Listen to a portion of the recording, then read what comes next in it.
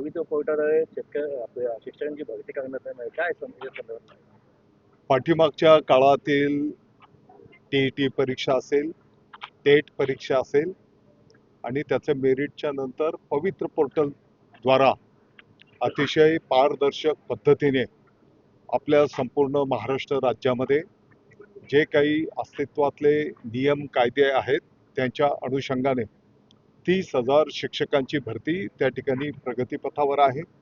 यामध्ये स्थानिक स्वराज्य संस्था त्याच्यासोबतच काही शाळा महाविद्यालयांनी सुद्धा आणि आदिवासी विकास विभाग साधारणपणे 18,000 उमेदवार हे एकास एक या पद्धतीने त्या ठिकाणी दिले जाणार आहेत. ज्या अनुदानित संस्था आहेत या संस्थेमध्ये एका जागेच्यासाठी 3 उमेदवार अशा पद्धतीने कॉम्प्युटराइज सिस्टमच्या माध्यमातून आणि गुणवत्तेच्या आधारावर या ठिकाणी ही भरती संपन्न होणार आहे.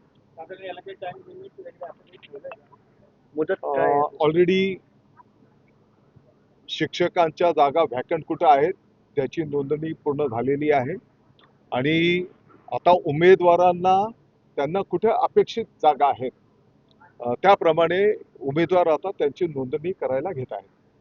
त्याची प्रक्रिया सुरू झालेली आहे. ओके.